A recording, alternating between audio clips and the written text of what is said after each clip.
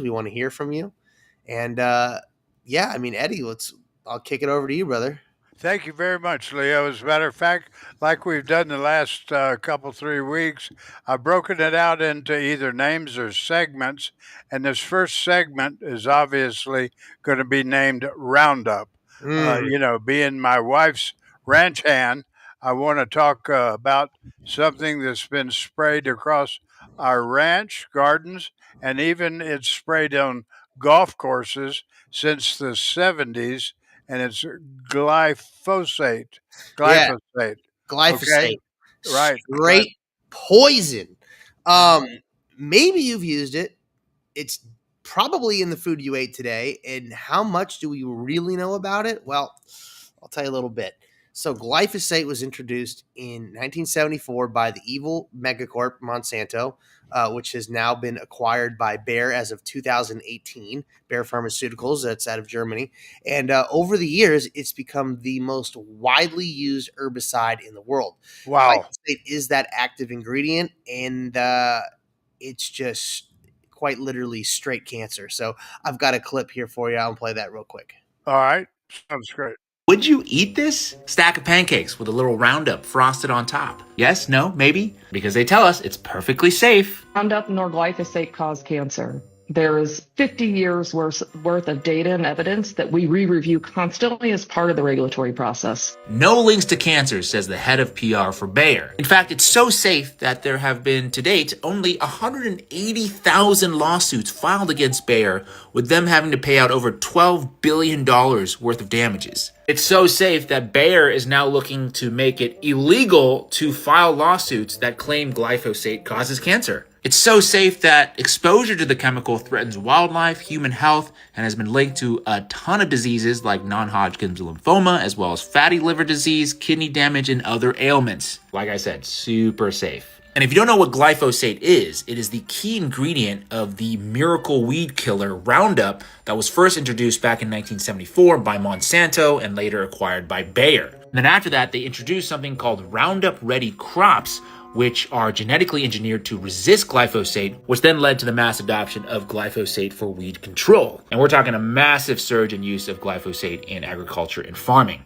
And today, approximately 60% of crops are treated with glyphosate. And those are rookie numbers, apparently, because lately they've been trying to get those numbers way up. Okay, recently, dozens of members of Congress sent this letter to Robert F. Kennedy Jr., the Secretary of Health and Human Services, Brooke Rollins, Department of Agriculture, and Lee Zeldin, the head of the EPA, arguing that there is overregulation of glyphosate. Basically insinuate that without glyphosate, we're all going to go hungry. Except I took a close look at who signed this letter, and one of the key petitioners, Deb Fischer, senator from Nebraska, she just happens to be, according to Open Secrets, the #1 recipient of big ag money in Congress. Another senator, Chuck Grassley of Iowa, he's received the generous backing of the Big Six of biotech. We're talking contributions from companies like Bayer, DuPont, Dow, etc., etc. It's almost like if we give money to these people, as long as we give them enough money, they'll do anything we want, including murder. Yeah, that stuff is all just straight cancer. What do you think, Eddie? Leave his mic open. Yeah. I'll tell you what I do think, Leo. Can you hear me okay? Now I can. Okay, good. Well, let me share something with you, okay? I can't get that part about pancakes with Roundup frosting out of my mind right now, the way my wife cooks. But they sprayed our entire ranch and surrounding ranches with that when we had the Mormon cricket invasion about 3.5, 4 years ago, wasn't it, Shanimal?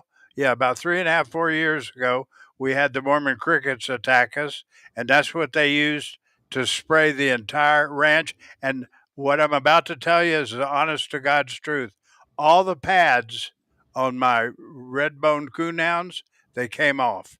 They actually came off from walking on that stuff. Oh yeah, no, that stuff is so toxic, and I mean, they're putting it in our food. They're literally modifying our food to resist that kind of chemical, but it's sprayed in it. It's inside of it. And it's killing us. It's killing anyone who consumes this crap. And unfortunately, that's not even the worst offender when it comes to this thing. I mean, glyphosate's really, really bad. But I mean, let's talk about the lawsuits for a second. I mean, Bayer's already paid out over $11 with a B billion. Whoa. Billion, yeah, 11 billion to settle about 100,000 lawsuits, and there's still tens of thousands more pending lawsuits. And these cases mostly involve people who developed non-Hodgkin's lymphoma, and they believe that glyphosate was a major contributor. And I'm going to go ahead and say they're definitely right. So Yep. then there's the science, and the studies say that glyphosate increases the cancer risk by as much as 41%. Obviously, there are going to be others that disagree because, well, it's all about who funds that, right? So the regulatory agencies like the EPA still classify it as not likely carcinogenic, right? Just like, cigarettes weren't. While the WHO's cancer research arm labels it as, well, probably carcinogenic, even though I don't care much for the WHO. Well, unfortunately, probably carcinogenic. I mean, that's just like the lightest way that they can go after it. But, look, let's not forget about the environment. The glyphosate doesn't just vanish. It doesn't just have a half-life and turn into something innate or inert. It seeps into the groundwater. It affects soil health. It's been shown to impact everything from gut bacteria in animals to liver functions in humans. And then you get to the politics. I mean, look, the senators that sent letters to federal agencies arguing over regulating glyphosate. I mean, it's ridiculous, right? Because the funny thing is many of these politicians have deep financial ties to big ag. And don't get me wrong. Look, agriculture is very, very important.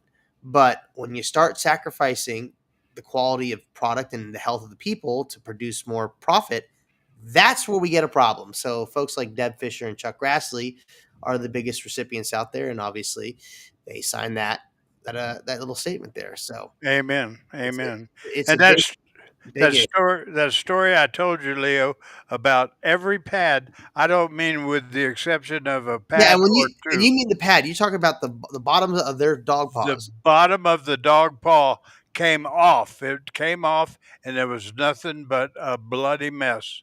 Yeah. Okay. That stuff is straight toxic. Right. Anyways, we got to take our first break. When we get back, we're going to continue the conversation. I'm Leo Zacky with Eddie Floyd and Shannon Lawson. We'll be right back. Sliced fresh sandwiches every day, made right before your eyes. The Port of Subs way. Could be a smoking number 5 or a classic number 8, or maybe an Italian is your number 1 fave. Whatever you crave, prepare to fall in love. Sliced fresh sandwiches, Port of Subs. The grilled chicken melt at Port of Subs will warm up your winter with savory grilled chicken and your favorite melty cheese on fresh-baked pepperoncini pepperjack bread, topped with all your favorite veggie toppings and sauces. Bundle up with savory Cool Ranch Doritos, a refreshing Sprite, and a classic chocolate chip cookie for a hearty meal that'll leave you feeling oh so satisfied. Available for a limited time at your neighborhood Port of Subs, or order at portofsubs.com or on our mobile app. Port of Subs, we're slicing up the quality you crave.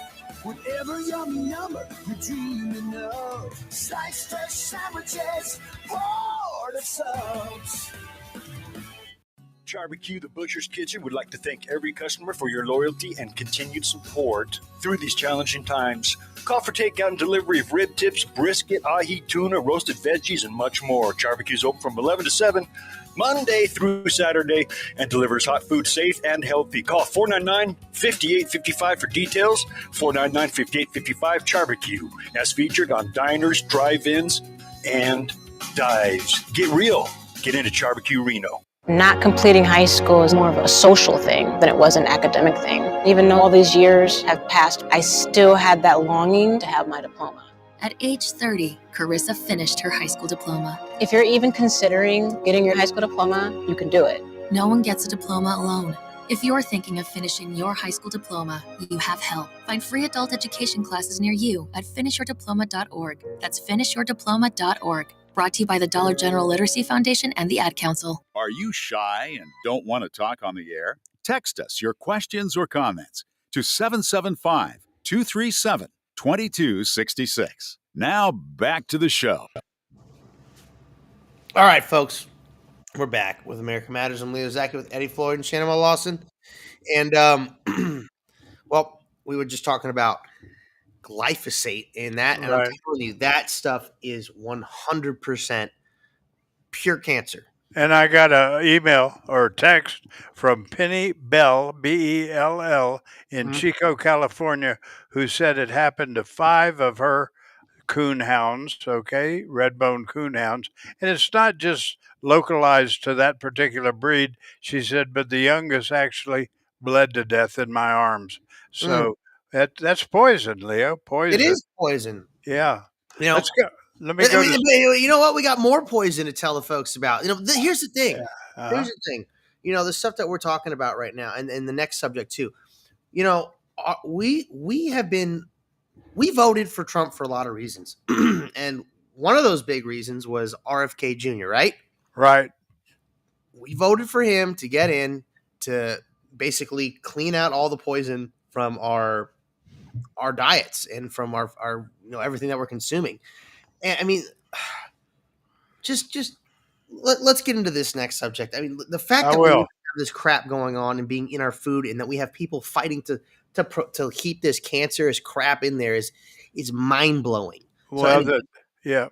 This next subject, Leo, will be right up your alley. It's atrazine. mm, Okay. And let's dive into what's really in our water, food, and air, and what that means for our minds, our bodies, and our future. I'm talking about atrazine, a chemical you've probably never heard of, but that you might already have in your tap water. yeah, well, it's not just about agriculture or environmental policy with this one. This one hits way closer to home. I mean, from fertility problems to hormone disruption, even the way our kids develop.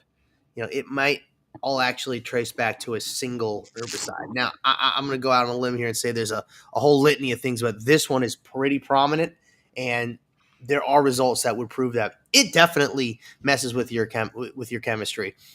So atrazine is an herbicide, and it's been on the market since the 1950s, and it's mostly used on cornfields. Which, just a quick heads up, folks, everything you consume pretty much has corn syrup in it, so this crap's in Amen. it too.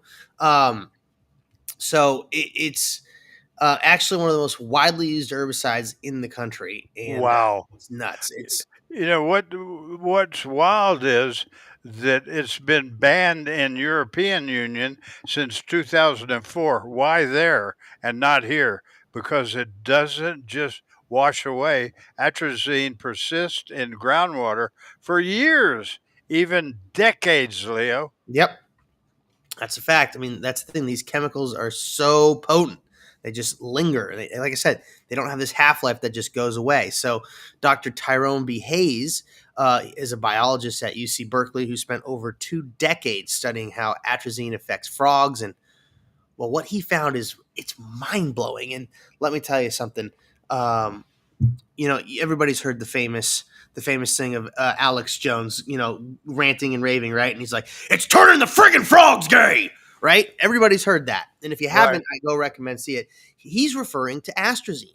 So what? And just to make my point more clear here is that under atrazine exposure, male frogs are literally turning female.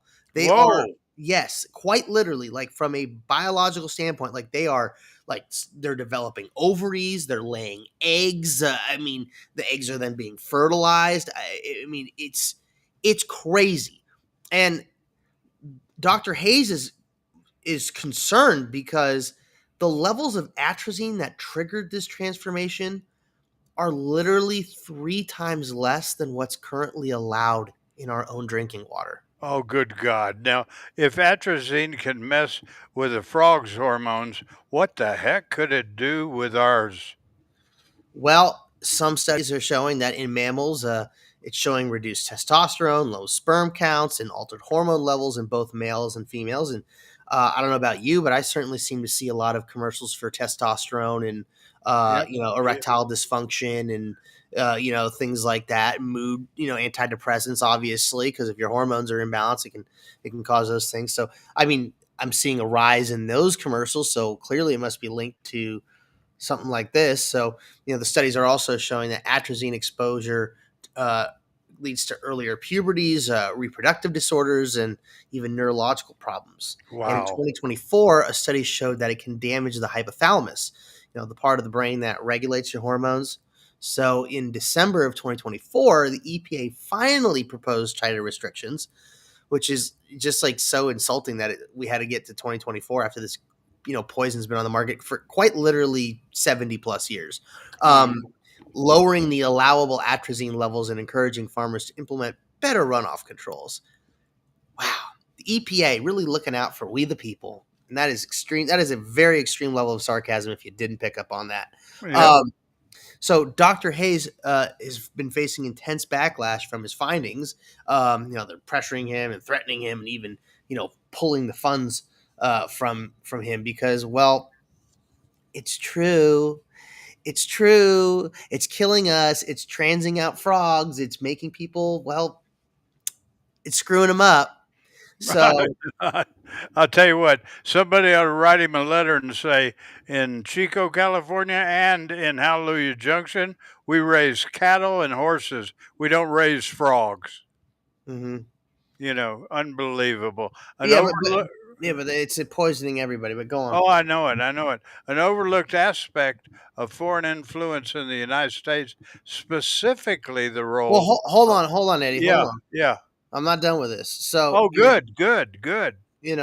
So if you're worried about atrazine, which you should be, you're going to want to use water filters that are certified to remove it.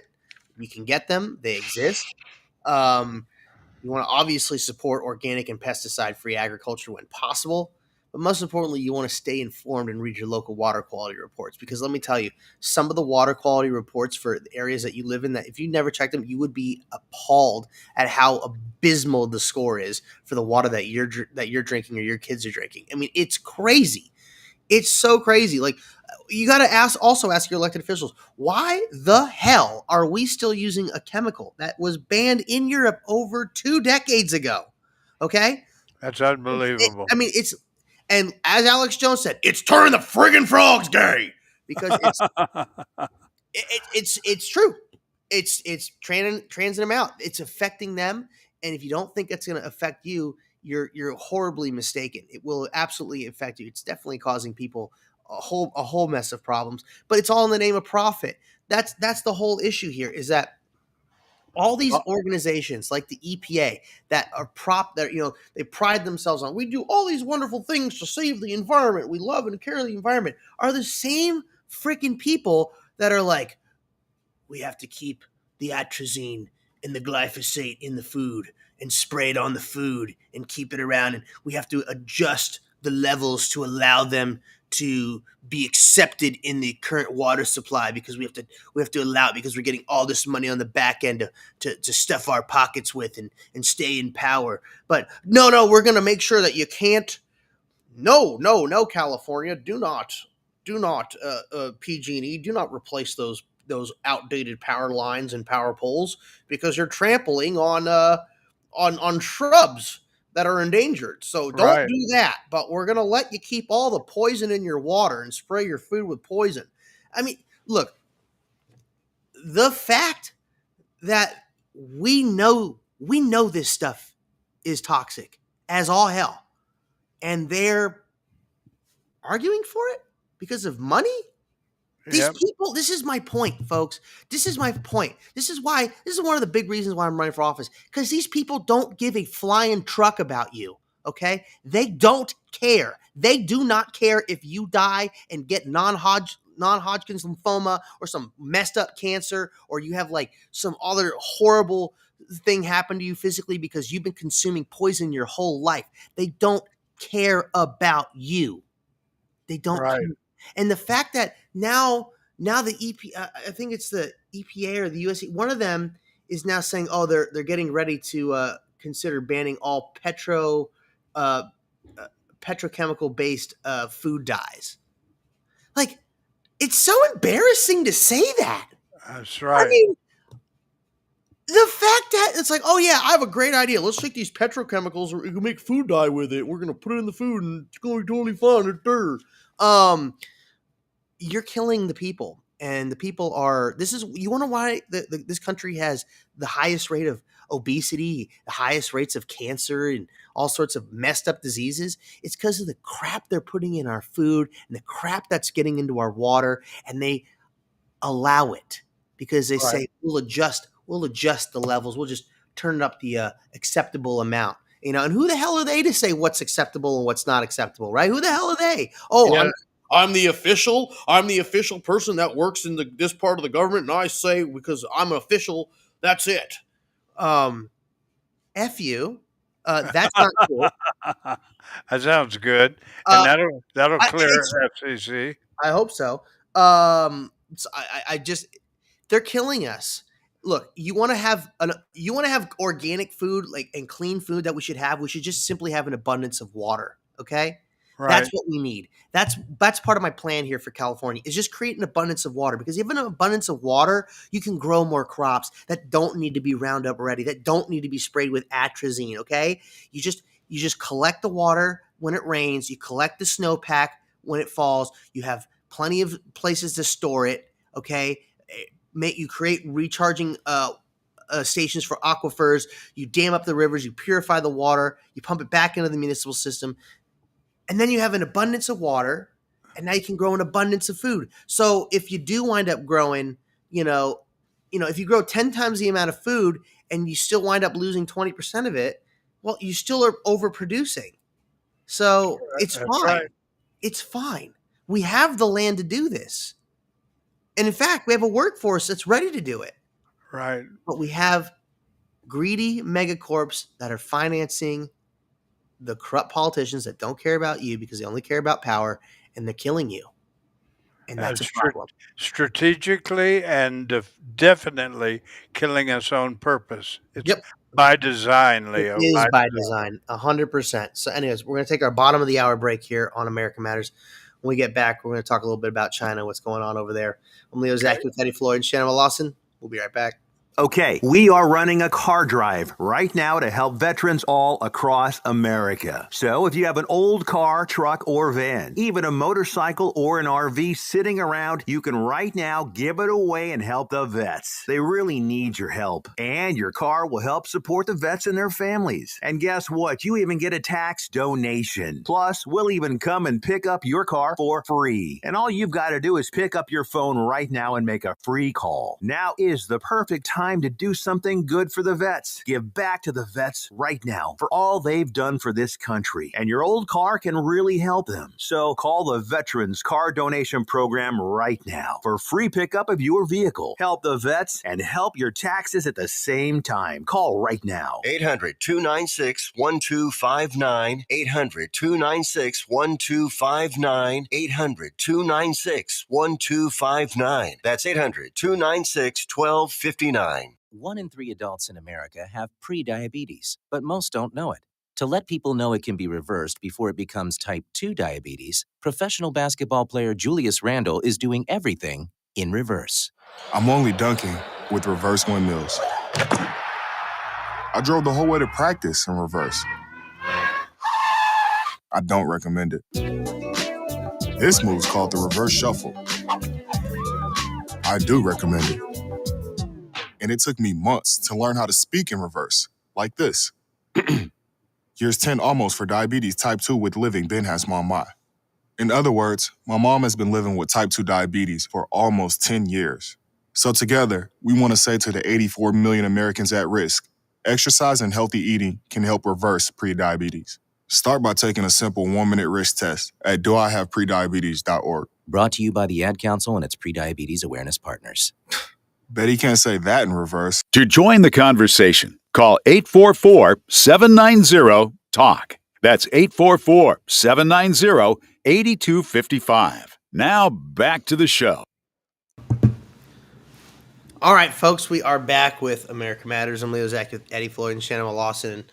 Well, we've been telling you about how they're poisoning us, but now let's talk a little bit about what's going on with China. Yeah, foreign influence. Yeah, as a matter of fact, that's exactly what I named a segment, China, the Foreign Influence, an overlooked aspect of foreign influence in the United States, specifically the role of private equity in education and how it intersects with national security discussions around platforms like TikTok. Yeah, well, in 2024, Congress passed the Protecting Americans from Foreign and Adversary Controlled Applications Act, which essentially requires ByteDance, TikTok's Chinese parent company, to divest the platform or face a ban in the U.S. And, the public justification for this is national security. And U.S. officials and lawmakers have expressed concerns that, TikTok may be compelled to share American user data with Chinese governments, and the platform could be used to spread misinformation or propaganda via its recommendation algorithm, even though propaganda was made legal in this country by Barack Obama. But, these concerns have been supported by institutions like the Center for Strategic and International Studies, the CSIS, and they have driven high-level debates in Congress and the Supreme Court. Right. By the way, you're going to love the text I just received. He's in Atlanta, Georgia. Who would that be? Bubba from University of Georgia. And he says, I don't know about you, Eddie, but you better tell Leo not to eat a bass that has eaten a gay frog. Okay. All right, Bubba. Thank you for that comment. Thanks, Bubba. I'll make sure not to do that. Uh, Anyways, while the attention is focused on data flowing through the social media, much less scrutiny has been given to the Chinese investment in the U.S. education system. So, especially in elite private schools attended by children of American policymakers and business leaders. So, a key player here is Primavera Capital. I just said it with a tiny because it's Primavera. Anyways, Primavera Capital Group, a Hong Kong-based private equity firm. Here's some of the facts about them. So in 2018, Primavera, I just like saying it like that, acquired Spring Education Group, which includes hundreds of U.S.-based private schools operating under brands like Stratford School, Chesterbrook Academy, and Merrill Hill School. And Primavera also acquired the Princeton Review and Tutor.com in 2022. Wow. The latter of which has contracts with the U.S. military and government for tutoring services, because our military is getting the best and brightest as they always have. Yeah. So these transactions have raised questions from U.S. senators, including a official Senate inquiry launched in 2023 concerning data privacy and potential CCP influence through these education companies. So while there's no evidence that Primavera's ownership has directly led to changes in the school curricula or data misuse, the ownership structure and geographic ties have made lawmakers and analysts just more alert to the broader implications of foreign control over the educational infrastructure. So we now have two coexisting realities. One is that the U.S. government is moving aggressively to ban Chinese-owned social media platform due to concerns over youth influence and national security. And second, at the same time, Chinese-owned private equity firms hold significant ownerships in American K-12 education institutions. So many of these are where the elites, and the influential families send their kids. So now they're being controlled by Chinese money and capital. So, right. And what we do know about, who controls the money for education basically controls what the kids are learning. Amen. And you do that long enough, you're going to just get to create whatever model of human that you want, whether they're critical thinkers or not. But we've seen that already take place here in this country. So now China's getting in on the action. Absolutely. Now, this next segment, I titled it Canada's Role in the Fentanyl Empire, Leo. Yeah, well, what if I told you Canada isn't just an innocent bystander in the global fentanyl crisis, but worse, an active participant? Wow. And we're not just talking about drugs. We're talking about the death, as a business model concept here. About money laundering and masquerading as a legitimate enterprise, and about how our own financial systems are being weaponized. And the numbers, well, They speak for themselves. And before we go any further, I want you to hear this. So I got a clip for you, and we're going to play it right now. Good. They're not just shipping poison, they're laundering blood money right through our front door. The U.S. Treasury has revealed a staggering $1.4 billion tied to fentanyl-related transactions. As for who's responsible, China and Mexico may be running the show, but Canada's not just watching from the sidelines. We're laundering the cash, moving the chemicals, and helping distribute the poison. According to the U.S. Financial Crimes Enforcement Network, or FinCEN, Canada is now a significant contributor in the global fentanyl economy. China floods the market with precursor chemicals, Mexican cartels convert it into product. While Canada is being flagged for purchasing precursor chemicals, our bank accounts are being used in laundering chains, local shell companies are being used to disguise the cash flow, and our cities, especially in Ontario and British Columbia, are becoming active nodes in this global narco-financial web. This isn't some low-level gang hustle. We're talking white-collar professional financial crime networks moving opioid profits with the finesse of a global logistics firm. This is a state-enabled, industrial-scale death economy. While American financial intelligence units are tracking fentanyl-linked transactions through nail salons, vape shops, and fake e-commerce businesses, Canadian enforcement is either too slow, too soft, or too naive to respond. We've created a climate where money can move freely, transactions can be buried in bureaucracy, and dirty cash flows through legitimate businesses without so much as a second glance. This is a public health crisis, a national security threat, and economic warfare wrapped into one. While our governments debate harm reduction and safe supply, the real players, the cartels, the chemical exporters, and triad bankers, are making billions off of death. It's time to cut through the mainstream denial here. Canada is being used as a staging ground for a big part of this fentanyl empire. We've got to shut down these shell companies, close these production facilities, cut off these distribution networks, remove these underground bankers, and admit the truth. When blood money is flowing through your financial system, you don't get to play innocent. This isn't just a war on drugs. It's a war bleeding through our economy, poisoning our cities, and thriving on our complacency. And right now, we're losing. Wow. Great clip, Leo. Thanks. But, that 1.4 billion, it's real. It's verified. It's not social media fear mongering or tabloid headline. That comes straight from the U.S. Treasury. And according to FinCEN, the Financial Crimes Enforcement Network, those are actual transactions tied directly to the fentanyl supply chain. And yes, Canada is in the report. So what exactly is Canada's role? Well, let me tell you. Canadian companies have been flagged for purchasing precursor chemicals used to manufacture fentanyl, and then these chemicals often originate from China or India, and then the Canadian financial institutions and the shell corps have been identified in laundering the operations and connected to the opioid profits. And then so in places like BC and Ontario, they're emerging as key nodes, and, well, not just for the trafficking, but for disguising the money and what funds it. So These are sophisticated white-collar laundering schemes run with the precision of multinational logistics. Underground bankers, fake e-commerce sites, real estate, crypto, vape shops, nail salons. I mean, it's all part of the machinery. It's all ways that they hide the money. They just say, oh, the business is circulating this. Oh, we made this money through crypto. We made this money through selling, vapes and, vape juice and all that stuff. But what's more troubling is that the enforcement here seems miles behind. And while the politicians argue over safe supply, the real profits are racking up elsewhere by the cartels, by the chemical exporters, and the professional laundering networks.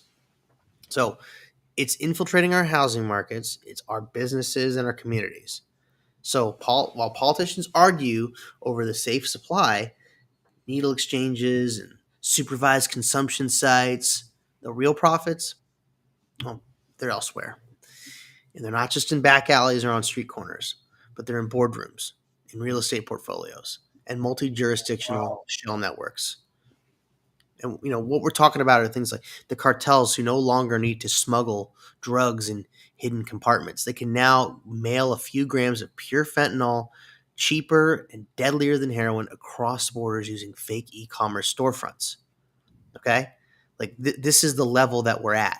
Okay? These cartels, these drug dealers, they're always going to try and stay one step ahead, and this is how they've innovated now. And then you've got the chemical exporters in China and India who sell the raw materials legally, with little scrutiny while raking in profits from, death by subscription economies. I mean, there's no stopping it. I mean, like try getting it's like what these chemicals are for, right? Right. Who buys them in these large quantities, right? I mean, it's a red flag. Like, I mean, you try to go buy a box of Sudafed today. You have to sign your name and everything. Because on one box of Sudafed, like how much meth are you going to cook with one box of Sudafed? Right. But we know that these chemicals these raw materials go into what makes fentanyl. And then you have companies that are just shipping it because it's not actually fentanyl. How are we still so far behind? Well, because there's profits in it. And so these professional laundering networks are operating out of, often legitimate looking accounting firms, import-export businesses, or real estate brokerages, who scrub that dirty trash so clean it just ends up parked in luxury condos in downtown Vancouver. And it's not a street level drug problem. It's an economic parasite that has embedded itself into the financial system. I mean, think about it. In Vancouver alone, an estimated 5.3 billion was laundered. Yeah, billion with a B was laundered through real estate in a single year. Wow. Shell companies with opaque ownership structures buy up homes, jack up prices, and distort the entire housing market, pricing out ordinary families while cycling fentanyl profits. And if you think that's happening exclusively in Canada, you're sorely mistaken. This stuff is happening here in America too. So every time a fentanyl-related dollar flows through a Canadian account or buys Canadian property or props up, Canadian business, their economy gets a little more dependent on criminal capital. And if Canada's financial system is being exploited to launder fentanyl profits, that money can easily flow into U.S. markets and inflate assets and cause bubbles in the markets here. And it's being reinvested into American properties. So all across America, the cartels and criminal networks are turning overdose profits into property portfolios. It's really disgusting what's going on here. Yep. But we got to take our last break here. When we get back, we're going to continue the conversation. I'm Leo Zacky with Eddie Floyd and Shannon Lawson. This is American Matters. We'll be right back. Ugh, I'm so over this. I diet, I work out, and the scale won't budge. I hear you. Nothing's more discouraging than doing all that work and seeing no result. I just don't get it. I'm eating healthy, hitting the gym. What's your secret? Honestly, I was in the same boat until I found Active Life Integrated Health. Wait, what's different about them? It's a natural weight loss approach. Dr. Tom and his team help with appetite suppression, energy boosts, hormone balancing, and the FM diet. It's not about starving yourself or exhausting workouts. It's about resetting your body to burn fat the right way. I'm Dr. Waldorf, chiropractic physician at Active Life Integrated Health, where our natural approach helps you lose weight safely and effectively without extreme dieting or chemicals. Call 775-842-0065 today to schedule your complimentary consultation. Also, the first 25 callers who mention promo code Health Matters will receive 10% off of your treatment program. So call 775-842-0065 to boost your energy and start losing weight today.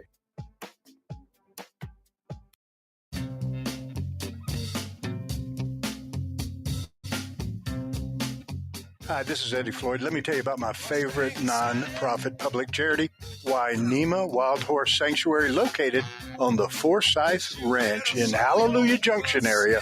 And please go to www.wainemaranch.com. That's WYNEMA ranch.com.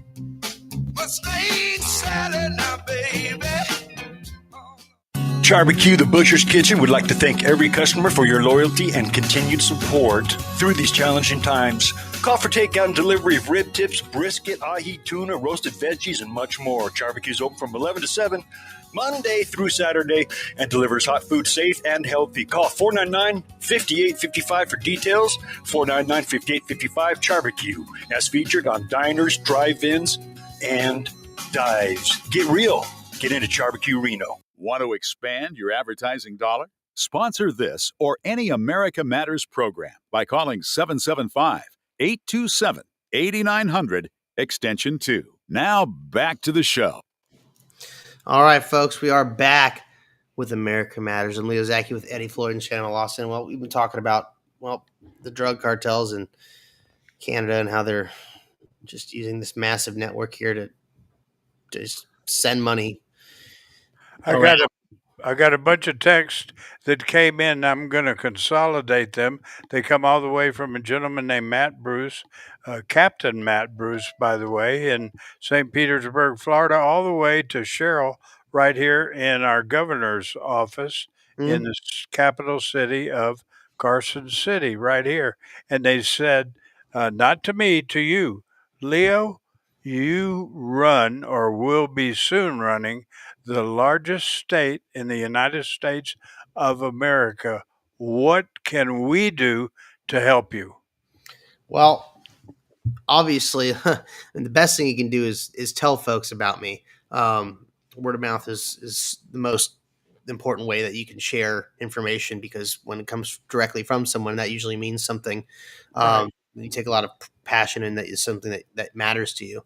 So please tell everybody you know. Sharing my content is great as well. On Twitter and on Instagram at Leo S. Zacky. Send people my website, leozacky.com. Please, if you can donate, that's the big thing right now. Unfortunately, I hate having to do this, but I have to ask for help because there's a lot of moving parts here, and unfortunately, I'm not a multi-bazillionaire that can run this campaign on my own and not worry about the money not coming back to me at the end of the day. So I have to make sure that this campaign is running and firing on all 12 cylinders. And that's the plan. We've got a lot of great people that are helping out. So please, if you can make a donation, look, even if it's a little bit, every dollar counts. It doesn't matter. Any amount helps. If you can max out, God bless you. If you can give $5, that's awesome. God bless you. I appreciate that. And I know it's hard to part with stuff like that, but look, I've got a solution for California. I really care. I hate asking for money, but unfortunately I have to do it. So that would be the thing that I would certainly ask. But please follow me on the social media accounts. Help boost that profile for me at Leo S. Zacky. That would mean so much to me. And I'm always putting out great content every single day on there. So you're going to definitely want to be following me on that. So thank you. And I want to say another thing to people, because I have done it myself, not a large sum, but a sum that comes out twice a month. And all you got to do is push the button and tell the people that you want it to come out again, same time next month. And that's how easy it is. It's just real quick.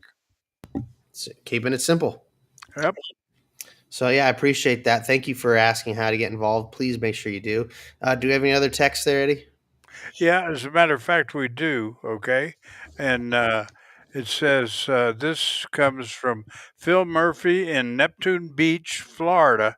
And he said, thank God, Eddie, fentanyl wasn't around back in the old days when the worst we ever had was marijuana.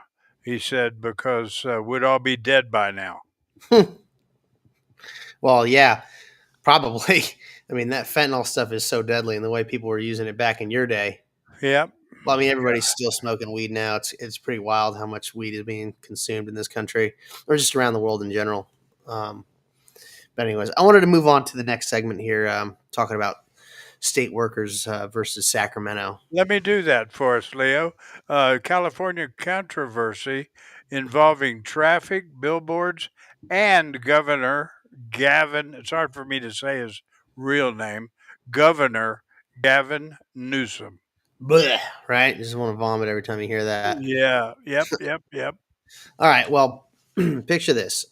You're a California state employee. You've been working remotely for a while, and you're saving on gas, and now the state tells you need to come back to the office 4 days a week, starting July 21st. Well, if you're in the government, I think you should be going to work anyways.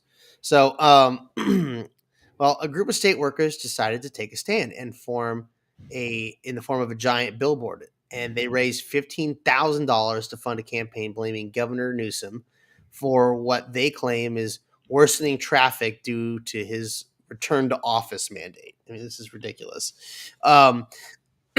Excuse me. The billboard, located in a high traffic area, calls him out directly, sparking conversations across media outlets and social platforms alike. So, according to several reports here, many of the workers feel that the benefits of remote work, like reduced congestion and increased productivity, are being ignored. And the message on the billboard, funded by the California State Workers, reads, Gavin Newsom's RTO equals traffic, pollution, and waste. I mean, this is so ridiculous. What a joke. Uh-huh. What a joke. I love, and the worst part is it's like government employees, like the laziest type of employees are just like, oh, I don't want to go back to work. Yeah, because you were dicking around at home. Yeah. You know, I mean, the fact that what did Doge say? Like, actually, like shows up every day on time. Like, it was like 1% of government employees. Right. Right. I can't believe they actually scraped together 15 grand to put up a stupid billboard like that. This is a joke. You know, look, the fact that governor, like, I guess that's a good thing, right? I'll give him a compliment. He wants the government employees to come back and work in the office. Wow, he got one thing right. You know, what a just non-essential thing, but whatever. The fact that people are up in arms over this is crazy. Right. Stupid. Well, I'm going to go to segment 6 with your permission. Go ahead. Okay. And we're talking about the criminalization of homelessness. Los Angeles' most debated ordinances, a policy known as 41.18, is a rule that bans unhoused residents from sitting, lying, or sleeping in certain public areas. Yeah, so the city of LA has once again expanded 41.18, and this time the new enforcement zone includes the intersection of Superior Street and Deering Avenue in Chatsworth. That's in Council District 12, represented by Councilmember John Lee. And I got a quote here from John Lee. Public safety is a top concern. We've seen nearly double the number of arrests in this area in just the first few months of the year compared to all of last year. We have to act. Well, according to the city data, there were 26% arrests in that area as early as in early 2025, up from 17% for all of 2024. So these charges included narcotic possessions and trespassing. And a city report released last year shows the policy. Well, guess what? Ain't really working. It found that more than 80% of cleared encampments were repopulated within a year. I would argue they're probably repopulated within 2 to 3 days.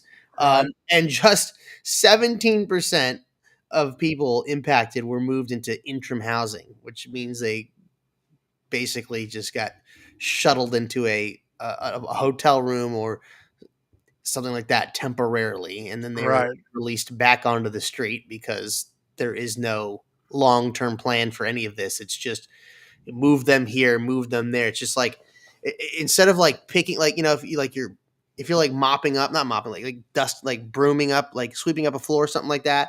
Well, you sweep the dust over to one corner and then you're like, oh no, I got to sweep the dust over to this other side without using like a dustpan to actually collect it, take it and like do something with it. That's what they're doing. They're just moving it around place to place.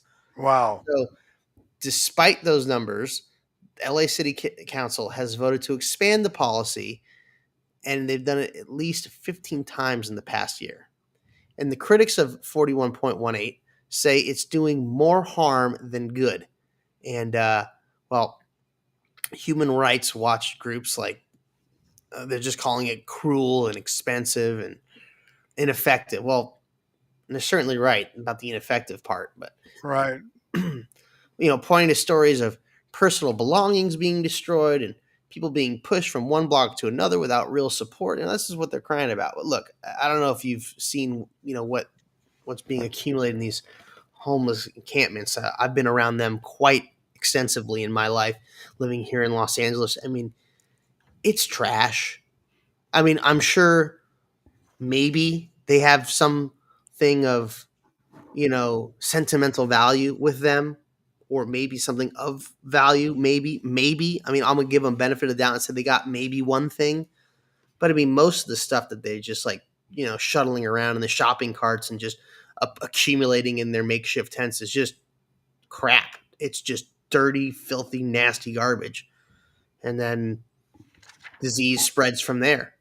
But this is what the city does. They just shove them around, push them over here, push them over there. They get a call, some Karen's like, oh, there's a homeless person, on my block where they've set up camp behind my house, and then, the police come and they, all right, buddy, you got to pack it up. We got to get out of here, take off, and they kick him out of there. Then that guy goes, grabs whatever he can muster and goes elsewhere. Then the city sends a sanitation crew sometimes.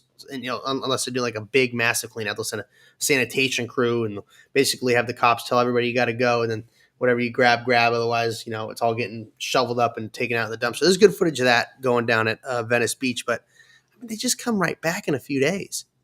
This isn't because they don't have a real freaking plan because these people are stupid and they're not trying to fix the problem. They're not. They really don't, because there's too much money at stake. As long as there's a problem, there's going to be money flowing to it. As long as money's flowing to it, they can get their grubby little hands on it.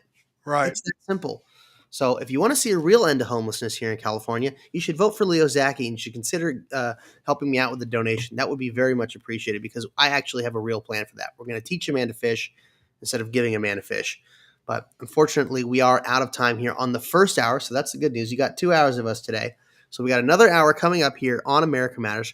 We're going to take about a 7 or so minute break. So stay tuned. Stick with us. We'll be right back for the second hour.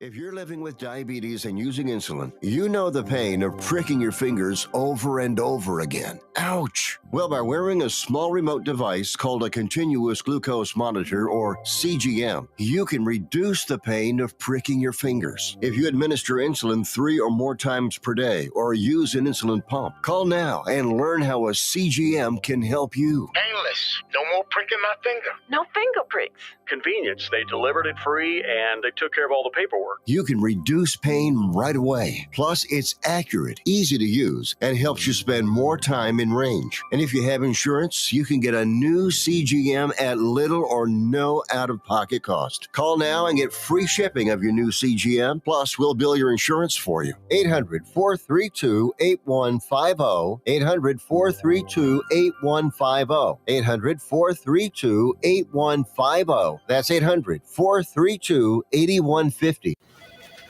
Well,